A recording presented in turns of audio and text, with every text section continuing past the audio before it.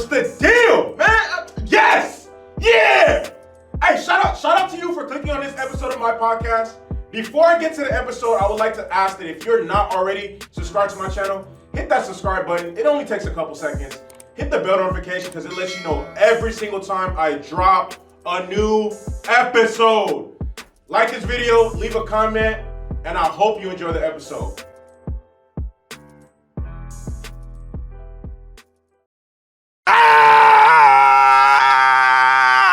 Let's go!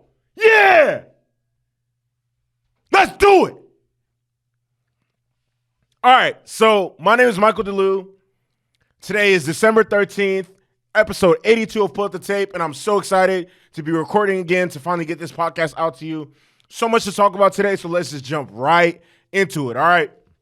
So, fortunately for me, there was what I usually love, which is when two really good teams play against each other, or, they don't even have to be really good teams. I just love seeing two teams with winning records clash against each other. Makes my heart jump, makes my soul tickle, whatever the fuck. I don't even know what to say, but it just really, truly makes me happy, all right? So week 13 gave us is it week 13 or week 14? I don't even know. But yesterday, the Buccaneers defeated the Buffalo Bills, the Tampa Bay Buccaneers, the defending Super Bowl champ. Tampa Bay Buccaneers defeated the Buffalo Bills in overtime, 33-27, and I'm going to unwrap the entire game for you guys today. With yesterday's win, Tom Brady threw his 700 touchdowns, and became the all-time leader in completions in NFL history. Okay? So, and one thing that's also important to note is that the Buccaneers are now on the verge of winning their very first NFC South championship in over 14 years. The last time they won the NFC South was 2007, and Jeff Garcia was the quarterback, and that was also the year that the Patriots went to the Super Bowl and they lost to the Giants with the helmet David Tyree catch. So it's been a very, very, very eventful 15 years for the Tampa Bay organization. And those of you are saying they didn't win last year? No, they went into the playoffs last year as the wild card team. Went to the playoff last year as a wild card team. Played the Washington football team on the road. Played the Saints on the road, and then played the Packers on the road, and then got the home game for the Super Bowl, which technically they're considered the road team because of the simple fact that they are the lower seed of the two. But let me get into the game. Tom Brady looked amazing, excellent. The Bucs offense as a whole just was clicking and firing on all cylinders in the first quarter. They were up 24-3 by halftime. So they were firing on all cylinders, and unfortunately for them, they only scored 3 points after the first half. In the second half, their offense was looking a little stagnant. Their execution wasn't on tip-top shape and what it was in the first quarter, but nevertheless, they were able to pull out the W. Credit to them. Leonard Fournette had a complete game. Tom Brady threw 4 touchdown passes. Mike Evans had a good game. Chris Godwin had a big game, went over 1,000 yards on the season. And overall, it's the Bucs are getting more and more dangerous, and they're starting. Now I won't even say they're starting to click on all cylinders, but they're clicking on all cylinders. They're heating up at the right moment, and they're thoroughly thrust into the consideration for the number 1 seed in the NFC with the Packers as well as the Cardinals. So we'll see what happens today on Monday Night Football. But most of what I want to talk about on this take is just the Bills. And before I get to the Bills, let me get to the box score for the Patriots. I mean the Patriots. I'm talking about Tom Brady, so I'm automatically assuming I'm talking about the Patriots. I'm at the Buccaneers. So Tom Brady was 31 of 46 for 363 yards and 2 touchdowns. Leonard Fournette had 19 carries, 113 yards, and a touchdown. Tom Brady had 7 carries for 16 yards. He had one really long run, and then he got a QB sneak in there. Chris Godwin had 10 receptions for 105 yards. Mike Evans had 6 receptions for 91 yards and a touchdown. And Gronk poured in 5 for 62 yards, okay? Now, let me get to the Bills, okay, because this shit doesn't really make sense. Like, this is one of the teams that came in. This team came into this season with the expectation, and they're only 2 games behind a lot of the division leaders in the AFC, but nevertheless, the Bills are just a very, very big disappointment. First of all, they've lost 4 games in a row. They lost to the Jaguars. They lost to my team, the Jaguars. The Jaguars fucking suck. The Bills lost to them 9-6. They also lost to the Patriots last week on Monday Night Football. And their response, and honestly, in my head, I feel like the last game I actually remember watching the Bills win was on Thanksgiving when they beat the Cowboys. And Thanksgiving was, I feel like that was, no. Yeah, I feel like, okay, so the Bills probably lost before that, won on Thanksgiving, and then have lost every game since because that's honestly the last game I remember them winning. So, and then yesterday, last week's matchup against the Patriots on Monday Night Football, they had the opportunity after opportunity after opportunity to win the game, and then they folded, they crumbled, and their just offense was a joke. Defense got pushed around, defense got played with, but it was good to see that the defense did come to bat in the second half of yesterday's game because of the simple fact that they only held the Buccaneers to 3 points in the second half. 3 points in the second half, so it's completely different tale of two halves. The Bills only scored 3 points in the first half and gave up 24 points. In the second half, they scored 24 points and only gave up 3. So completely flipped the script. Nevertheless, considering how they lost last week's Monday Night Football game, it's really disappointing that the first half they played the way they did. Just bad execution, drops, miscommunication on the end of on the offensive line with Josh Allen. Just too many things, in my opinion, were just going wrong. And let me be the first to say, okay, Josh Allen played incredible. Like, I want to give Josh Allen his credit for what he did yesterday because Josh Allen himself had over 300 passing yards and over 100 rushing yards. But here's my thing with the whole situation. And I've always said this. I've said this faithfully, and I'm going to keep emphasizing it, and I'm going to keep saying it because it just doesn't make sense, okay? Here's my thing with the whole situation. And I've said this over and over and over again. And you can pull up the tape, you can look it up. The Buffalo Bills running game is an absolute fucking joke. And here's what. The Buffalo Bills rank 17th. No, not 17th. They don't rank 17th. They average 17 rush attempts per game from their running backs. 17 rush attempts. And they do this running back by committee. So honestly, each back is only getting about five carries. They do running back by committee. And here's what's wrong with that. With that 17 carries per game, that ranks them at 31st per game. 31st in the NFL. 17 carries per game to the running backs, to the running back position, ranks them 31st per game in the NFL. 17 carries per game ranks them 31st in the NFL. That is fucking terrible. Like, I can't, like, your quarterback cannot be your leading rusher.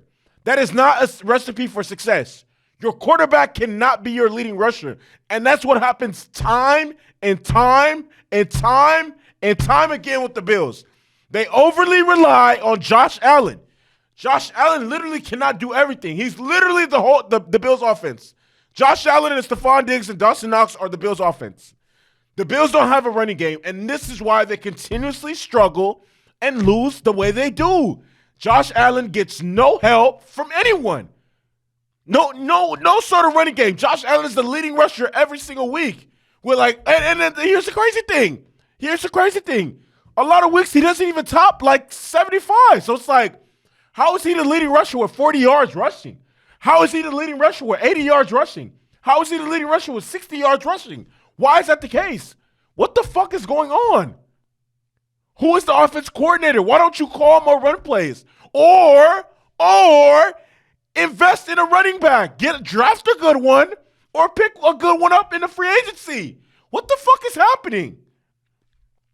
And this isn't just this season. Last season was the same thing. Last season, it was the exact same thing. This isn't a new trend with the Bills. This keeps happening.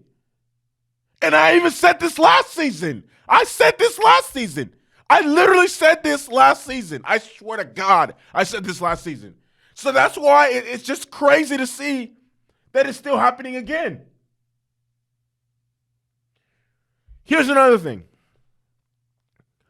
The Bills concluded the first half with 40 yards rushing, right, as a team. None of them were to the running backs. It was all Josh Allen. How are you supposed to win games with the recipe like that? And it's just crazy to see that this team is like legitimately falling apart. Like a couple of months, like not too long ago, I think they were like 6-2, if I'm not mistaken, 6-2 or 6-1 or something. Yeah, they were like 6-1 because they lost the first game of the season to the Steelers, and then went on like a 5-6 game win streak. And now in the past like month, they're like 1-4. Like I said, their only win being on Thanksgiving that I can remember. So I don't want to say their season's over or anything like that. They do play Carolina next week. That's a gimme win. But I don't even know if I can say that considering the fact that they lost to my Jaguars. So I don't know. I guess I'm going to pray for the Bills, or I personally don't give a fuck.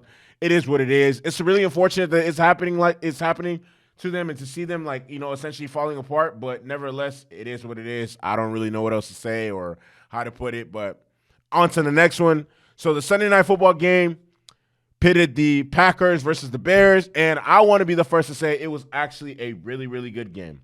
Actually, really, really good game. And here's why. I gotta give praise and credit to where credit is due, and I honestly want to give the Bears I'm gonna give them their flowers, and then I'm gonna cut it to them and rip the fuck out of them. But I gotta give the Packers their flowers for winning the game single-handedly, and then I'm address some of the things I feel like the Packers need to work on. Not some, but the one thing. So the Packers' first half performance, in my opinion, was ass cheeks. They went down. I think they concluded the half down 27-21, only 6 to the Bears. But considering how bad the Bears are, that's pretty bad. And also considering that the final score was 45-30. The fact that the Packers defense gave up 30 points to the Bears, not only to say the Packers defense gave up 23 points, and then the Packers special team gave up 7. So here's my biggest takeaway from all this. Do you know how many times the Bears have scored 30 points this season? Give you a hint. It only happened once, and it was yesterday. And here's the crazy thing about that. The Packers allowed one of the worst offensive teams in the NFL to score a season-high 30 points against them. That's just bad. Like, defensive. The offense came to bat yesterday. The offense carried this team to a win. I cannot say it was a good defensive win or anything like that. The defense did make plays and cause turnovers, but the offense carried this shit, carried everything. Carried everything. The special teams was bad. The defense was terrible in the first half. This defense was really good in the second half, terrible in the first half. Special games was terrible all game long. Terrible. So, but I want to give credit to defense for bouncing back because, like I said, they were god-awful in the first half. They gave up 27 points. Special teams was horrific all game long. First of all, the Bears were constantly – that just shows you how bad the Bears are offensively. The Bears were constantly starting off with great field position every single possession, every single offensive possession because the Packers' kickoff coverage was so fucking bad. Now, on top of that, the Packers let up a punt return, a really, really long kickoff return, and just like I said, it just seemed like every single time the Bears got the ball on special teams, they were making plays happen. And I'm just watching this shit like, and then here's the cherry on top. The cherry on top is the fact that the Bears were able to recover an onside kick against the Packers in the fourth quarter. And I'm watching this shit like, look, the Packers are not all that defensively. We know what they are on offense. And an actual quality team in the playoffs will make the Packers pay for all the mistakes they made on special teams and on defense yesterday. The Packers don't wow me every single year, especially when it comes to the playoffs, because I kind of feel like they're just going to lose in the NFC Championship every year. But With that being said, they can't lose. They can't lose making some of the mistakes they made yesterday, because all hell's gonna break loose if that's the case. Aaron Rodgers, this might be Aaron Rodgers' last season with the Packers, and if it is, I want to see him go out with a big bang. Hopefully, make it to the Super Bowl. If not, if it doesn't happen like that, it is what it is. But a quality team will make the Packers pay for the fucking mistakes they made yesterday. It was horrendous. That shit was not it. It was just not fun to watch. I was watching the highlights like, this is not it whatsoever. I'm just watching the Packers kickoff coverage getting gashed. Punt return getting gashed. And not on top of that, punts going out of bounds, kicks going out of bounds. That's what I'm saying. The Bears had great field position damn near every single time they touched the ball. Every single time they touched the ball. But I'm against the box score. But nevertheless, a win is a win. It was an average win for the Packers at best. It was a good game, but an average win for the Packers at best. Aaron Rodgers did his shit. Aaron Rodgers had 29 of 37, 341 yards, 3 touchdowns. Aaron Rodgers is now, hold on. Watch this. Aaron Rodgers is now, oh my God, literally owns the fucking Bears. 23-5 since 2008 as a starter for the Packers against the Bears. Listen to this. 61 touchdowns and 12 interceptions. That's almost a 5-to-1 ratio against the Bears in like fucking 14 years of playing against them. Oh my God. He really owns. I own you. I still fucking own you. Oh my God. Like I said, Aaron Rodgers, 29-37, 341 yards, 4 touchdowns. A.J. Dillon, 15 carries, 71 yards. Oh my God, he's such a bruiser. Aaron Jones, 5 carries, 35 yards, a touchdown. Also had a couple receptions, 36 yards, and another touchdown. Devontae Adams, Mr. Pull-Up-the-Tape himself, 10 receptions, 121 yards, 2 touchdowns. Anthony Lazard, 6 receptions, 75 yards, a touchdown, and 1 Lambeau leap. All right. So Matt Nagy. Okay. Matt Nagy is now 1-7 as the head coach against the Green Bay Packers. And luckily for him, this is the last time he'll ever have to face the Packers. And the reason why I said lucky for him is because of the simple fact that I don't think he should or even will have a job at the end of this season. Because 2018, watch this, 2018, 12-4. Very, very good. His first year as a head coach, 12-4 with the Bears. 2019, 8-8. Digressed, but hey, they still made the playoffs. No, they didn't make the playoffs that year. 2020, last year, they made the playoffs. 8-8. And this year, 4-9. So definitely digressed. And it just seems like it's getting worse and worse and worse and worse. And their offense, like Matt Nagy's supposed to be this offensive guru or blase, blah, blah, blah. I don't believe none of that shit, to be honest. If we're keeping 100, I don't believe none of that shit. That nigga is not that. And honestly, it's not working. And the Bears need to get rid of Matt Nagy. Simple. He was an offensive-minded coach. Offense ranks damn near bottom of the pack every single fucking year in terms of yards per game, points per game, passing yards per game. So it's like, what exactly is he bringing to the table? Because it's not truly working. So I don't know. I mean, and how long do you have to consistently see that it's not working before you make a change? Because what type of message is sent to the players? But it is what it is. I want to actually commend the Chicago Bears. First of all, I don't usually even watch them because they fucking suck. But what I saw yesterday was the best half of football they have ever played all season. That was the first half. The second half might have been one of the worst. But nevertheless, it is what it is. They scored 27 points in the first half, only scored 3. But the 27 points, they were clicking all cylinders. Players were making big plays. Justin Fields didn't look like Justin Fields didn't look like he had half a second to throw the fucking ball. He was making a lot of precise throws and precise reads, and in the second half, they all that shit just dipped. 2 interceptions. One of them was a pick six, a sack, fumbles. The offensive line was just getting battered, bruised. Just man,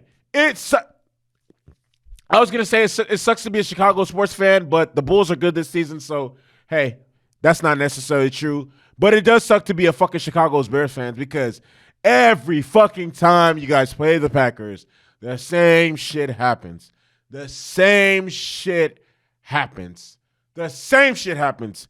It's either you just get blown out or you just embarrass yourself. It's one of the two. Second half was a fucking embarrassment. Defense got picked apart left and right. Early in the first quarter, Bears defenders were celebrating every time they sacked Aaron Rodgers. Robert Quinn did the discount double check, and I'm looking at this shit like, yo, this is not gonna end well. It's not gonna end well, and it didn't end well. And I'm not surprised, but it is what it is. Justin Fields, 18 of 33, 224 yards, 2 touchdowns, 2 interceptions. One of them was a pick six.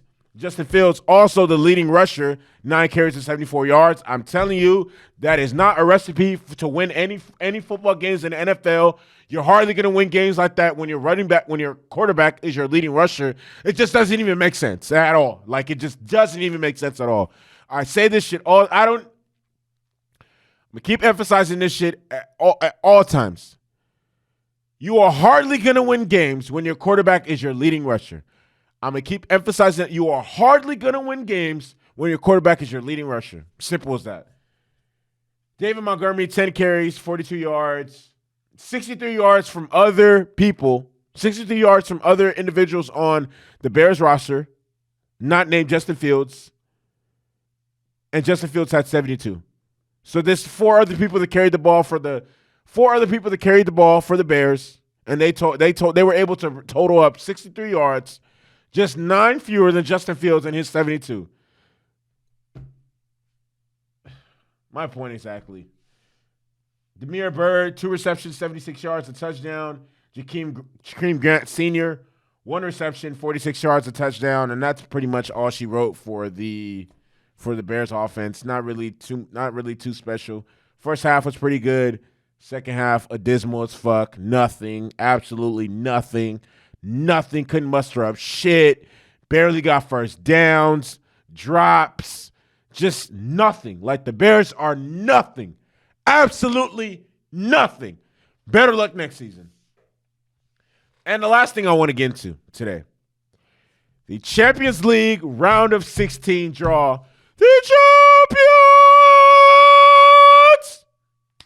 All right, so here's what happened. So I woke up this morning and I was very, very excited to see the way the Champions League draw had felt, like the way everything played out. Chelsea ended up getting Lille. Atletico got probably the worst draw, got drawn against Bayern. PSG got drawn against Manchester United, so that was going to give us the Messi Ronaldo one more time, because who knows how many times that's going to happen. And maybe like an hour to an hour and a half later, I get a notification on my phone telling me that the UEFA made a very big blunder, a very big error, and something with the software and blah, blah, blah, blase, blase, blase. And essentially, the two teams that it boiled down to were Atletico Madrid. It was Atletico Madrid. So Atletico Madrid their ball was pulled out of the runner-up group. And unfortunately for them, some of the teams that they had to, I don't know, I didn't watch that one exactly, but apparently the blunder was caught live. So when the Champions League happens, the round of 16, you can't face anyone that you play in the same domestic league as, and anyone that you are in the same group stage at. So for Atletico Madrid, they couldn't play Liverpool because they were in the same group as them. They couldn't play Real Madrid, and yeah, those are two teams they couldn't play as in terms of winners of the group. So one of the teams they could have played was Bayern. Another team they could have played was Manchester United, and blase, blase, blase. But unfortunately for them, when their runner-up ball was called, teams were placed into the random bowl for them to be selected. But one of the teams that wasn't placed in there for them to possibly face was Manchester United. And I guess it was caught live that Manchester United's ball never made it into the pot for them to be selected from to possibly play them. And that's where the issue came. And in my opinion, and in my opinion, I'm just like, I don't even understand how the fuck that happens. But nevertheless, it did happen. And unfortunately for Atletico, they were pitted against Bayern, which is probably one of the strongest, probably the strongest side of all the group winners. And unfortunately, they took exception to that, complained, and it was a redraw and was done.